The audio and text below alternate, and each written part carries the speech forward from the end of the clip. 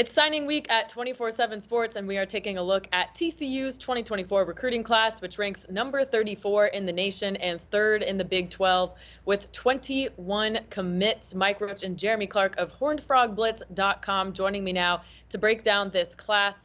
Guys, considering the disappointing season that followed their national title run, it does feel like TCU has some recruiting momentum with this class. Jeremy, your thoughts on the overall 2024 effort? I thought it was really good. They went out and filled key position needs. They had a great quarterback. They got two really good running backs. They went heavy on the offensive line. They signed 5 high school kids. They hit the transfer portal hard with the offensive line. They landed some key players on the defensive line, landed some really good quarterbacks. One of the players that I really like a lot out of this class is Haas Haney. Haas Haney's a guy that led Alito to 2 state championships. He was 30-2 as a starter. After starting his career 0-2, he won 30 straight games. He is one of the fastest quarterbacks in the nation. I think Mike will attest to this. This guy ran a 4.46 at the Elite 11 regionals down in Austin, and he's got a really good arm, accurate. And I think he's going to make some really good plays in his TCU career. He's a TCU guy. Mom and dad both played at TCU, and he's anxious to wear that purple. And another player that we're looking at is Jakyle Baker. Jakyle Baker's one of the top receivers in the nation. He was long, athletic, can jump through the roof. He's got deceptive speed, top-rated guy in TCU's signing class. They're really excited about this guy. You talk to everyone out there in East Texas, this guy is a hidden gem. Although he's a 4-star, it didn't seem like he had a ton of offers. But let me tell you right now, TCU is very excited to have Baker on campus, and he's going to slide in right into that X and Z spot pretty nicely for that offense, and can't wait to see what he does in his career. Yeah, I think that those two guys are a great place to start. Haas Haney, like Jeremy mentioned, led Alito to 2 state championships and has played receiver, has played quarterback, is just a really overall good athlete. But we got to see him at the Elite 11 finals. We got to see him at the All-American Bowl. He's one of the more exciting athletes in the state, playing at the quarterback position. Showed a really good understanding of how to throw the deep ball. And showed off more than you would anticipate for his size. I think he gets knocked on his frame a little bit, but the arm straight's there. I think he's a great fit for what TCU does on offense there with Kendall Briles. And Jakyle Baker is, like Jeremy said, a guy just scratching the surface on his football ability. He's got all the tools, a big, long, natural receiver.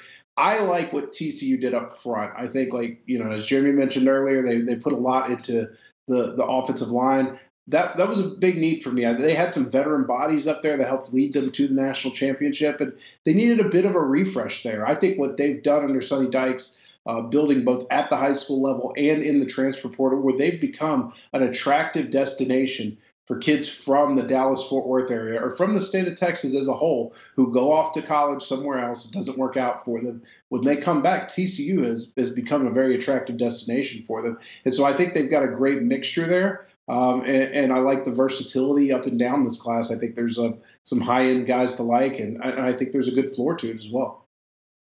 You guys mentioned the biggest names, Haas Haney and Jakyle Baker, the big offensive line haul. But, Mike, looking ahead to the next cycle and this new version of the Big 12, how did the Horned Frogs raise their recruiting level?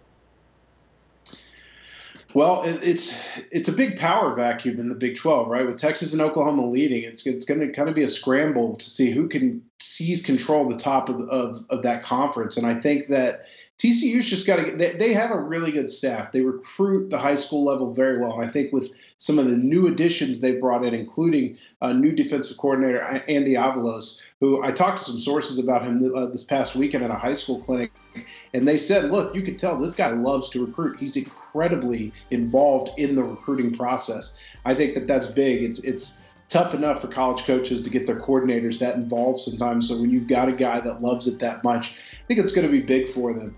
They've got to keep doing what they're doing. They establish good relationships. They're very well liked by the high schools and the prospects in the state. They put on great camps. From everything I've ever heard from recruits, they put on great visits when they go there. I think they got to get back to producing on the field a little bit. I think that this season was a little lackluster following, a run to the national championship. But if they could keep doing those things and putting, the right things in place, they've got the guys on staff to make this work. Whether you talk about Malcolm Kelly, who I think is one of the best recruiters in the country at the wide receiver position, or Jamarcus McFarland, who's a rising star on the defensive line as a defensive line coach, they've got a lot of the right guys in place. Yeah, Mike hit on a key factor: relationships. And ever since Sonny Dykes took over at TCU a few years ago, relationships was the number one factor, he said, when it comes to recruiting. And this is a guy, one day, signing day, he tells us that he'll send out a text message to 20 recruits that he didn't get. It's building that bridge. When we talk about recruiting, we also talk about transfer portal and keeping those guys, if they want to come back to Texas, if they want to come back to DFW, they have a chance to go to TCU. And he had another good point. They've got a great staff that likes to recruit. Malcolm Kelly's a great recruiter. Paul Gonzalez, you talk to high school coaches around the state of Texas. I mean, that's a guy that is on the rise as well. He's a highly regarded safeties coach, learned under Gary Patterson, is still doing well under Sonny Dykes. He's just a relatable guy. Their whole staff from top to bottom is a staff that gets along with coaches. And I think in this day and age of college football, we'd be amiss if we didn't mention NIL. And NIL is one thing that TCU and their collective has done a really good job of, especially this past cycle, talking to people around the program and just recruits and other such. They've done a really good job with the NIL and building facilities. Building facilities is a thing. It's keeping up with the Joneses. You want to have something to show off. And TCU's building a new athletic facility, $40 million weight room, athletic enhancement center is what they're calling it. And it's going to be football focused. So I think that's going to help tremendously with their recruiting efforts. They've got a great base in DFW. TCU's a great school. They've got a lot of fan support. DFW is easy to get to for families. And if you got wins on the table, then that's even better. And I think the 2022 season helped them a little bit. And now if they could just keep going into the recruiting classes, into the 25 class, 26 class, I think that momentum is going to help them a little bit. 18 of these 21 commits are in-state signees. Always a good sign when you're winning the state, especially when that state is Texas. Jeremy, what does TCU need to do, though, to take over the Big 12? Win. I mean, that's the thing. Win, and kind of the point of the other factors I was mentioning a minute ago is just keep building those relationships, keep doing what you have to do in college football to win some of these heated recruiting battles. And TCU's got a very good staff in place. Sonny Dykes is a guy that coaches want to work for. He hit a home run in landing Andy Avalos. He's got great coaches that are young and rising, like Jamarcus McFarland. And Carlton Buckles is a veteran at cornerback. He's going to get the top guys in there. But I think when you look at the Big 12 in general, you're looking at schools in state like Baylor and Texas Tech. And TCU has historically won those battles against those two schools. And it's just what they have to sell. It's just when you talk to the kids themselves or even the families, it's just the family atmosphere, the location, the fact that TCU is a small private school. Some kids want to stay in small classrooms. They want to have tutors. They want to have areas where they don't have to walk so far to get to class. And TCU kind of has all that.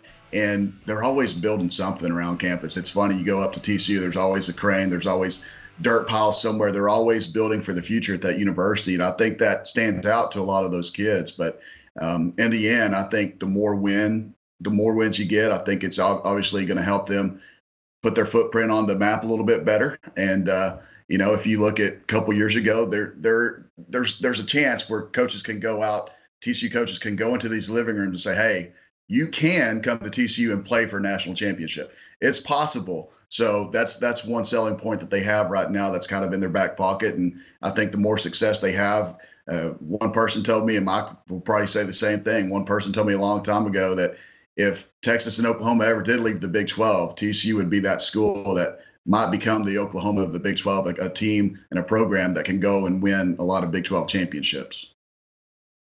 And Jeremy's absolutely right. There's no school in the state of Texas, including the Longhorns, who made the college football playoff but did not reach the national championship game, that can pitch, hey, you have a chance to play for national championships. We've done it. I think that's a huge selling point. One thing I would go back to is when TCU was led by Gary Patterson, they were a little bit more of a developmental program where they would find guys and they would develop guys out of nowhere. I think guys like Kendre Miller, who they took late out of Mount Enterprise, that almost nobody knew about, and turn those guys into big-time college players and eventually NFL players. I think that Sonny Dykes has done a great job of recruiting the frontline talent. I would love to see this staff find a little more ability to find those guys at the bottom of the class, develop them, and I think that's how that it's an ecosystem, right? So you develop those guys, leads to more depth and more quality on the field. You win, you recruit better, and so on and so forth. So Jeremy mentioned, I should say we're both Fort Worth residents, so we're not being paid by the city of Fort Worth to say this, but TCU's in a great situation. It's in a cool city. It's located in a place easy to get to. It's a beautiful campus. And I think it's got a lot going for it with the donor base, with what they could do at NIL, with the fan support you see around here. So I think all the pieces are in place, but